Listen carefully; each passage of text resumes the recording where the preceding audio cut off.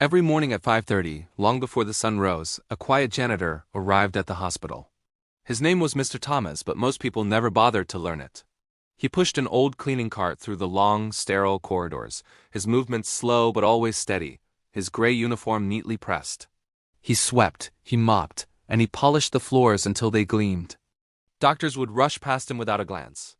Nurses chatted over their coffee, their worlds separate from his. The interns, young and full of themselves, sometimes laughed when he shuffled by, his shoulders slightly bent with age. "Hey, look, it's General Mop," one of them joked once, getting a laugh from his friend. Mr. Thomas never reacted. He'd simply nod politely and keep moving. To them, he was invisible, just another old janitor nearing retirement. But what nobody knew was that decades ago, men stood at attention when Mr. Thomas entered a room. He was once Colonel James Thomas, a battlefield commander who led hundreds of soldiers through chaos, fear, and fire. He had commanded men in dense jungles and scorching deserts. He planned life-or-death operations under immense pressure. War had shaped him, hardened him, and then quietly it broke him. When he returned home from his final tour, the world he knew was gone. His wife had passed away while he was overseas. His children had grown distant, tired of waiting for a father who was never there. The uniform that once defined his entire existence was folded away in a box, hidden in the back of a closet. Civilian life didn't care about medals or military honors. Jobs were scarce for an aging veteran with bad knees and nightmares that stole his sleep. His pride kept him from asking for help. So, he took the only work he could find, cleaning floors at the very same hospital where he received treatment for his war injuries. He never told anyone who he used to be. He didn't feel the need to. The mockery started slowly. Some interns made fun of the way he walked. Others joked about his silence. Does that guy even talk? One nurse whispered. He probably doesn't even know what's going on around him, another replied. Mr. Thomas heard every word. Years of command had forged an iron discipline within him. He had learned long ago that reacting emotionally was a weakness. So he kept his head down and did his job with a quiet, unshakable dignity. Then one afternoon, everything changed. The hospital suddenly went into lockdown. An armed, distressed man had forced his way into the emergency wing after a family dispute escalated. Panic erupted. Patients screamed. Staff froze, completely unsure of what to do. Security was overwhelmed, and the police were still minutes away.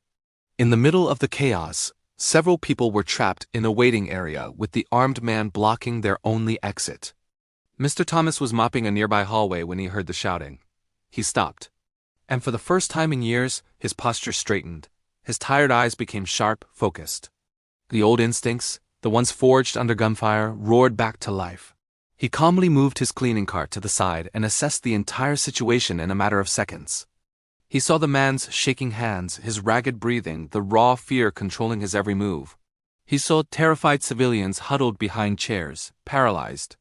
Without raising his voice, Mr. Thomas spoke. "Everyone stay low and listen carefully."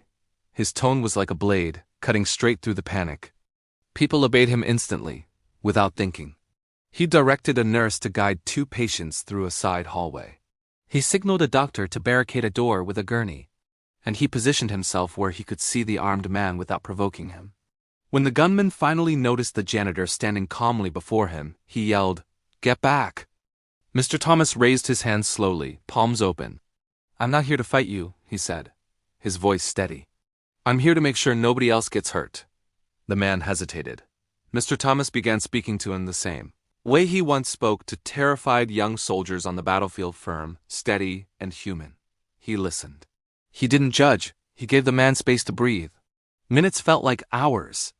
When the police finally stormed in, they found a situation that was already under control. No shots had been fired. No one was injured. And there, at the center of it all, was the quiet janitor. Later that day, the hospital staff gathered in hushed whispers. "Did you see him? He took charge like he'd done it 1,000 times. That wasn't normal." A senior doctor, who had seen his share of the world, recognized the posture, the voice, the unmistakable air of authority. He approached Mr. Thomas quietly. "You were military," the doctor stated, more than asked. Mr. Thomas just nodded once. "What rank?" The doctor pressed. "Colonel," he replied softly. A profound silence fell over the room. After that day, the laughter disappeared. The next morning, people greeted him differently. "Good morning, Mr. Thomas. Thank you for yesterday." Some even called him Sir. He smiled politely, but for him, nothing had really changed. He still arrived at 5:30 a.m. He still pushed his cart. He still cleaned the floors. But now, when people looked at him, they saw more than a janitor. They saw a leader who had once commanded men in battle and who still carried that strength quietly, without ever needing applause. Because true greatness doesn't need to shout. Sometimes it just sweeps the floor and waits for the moment it's needed again.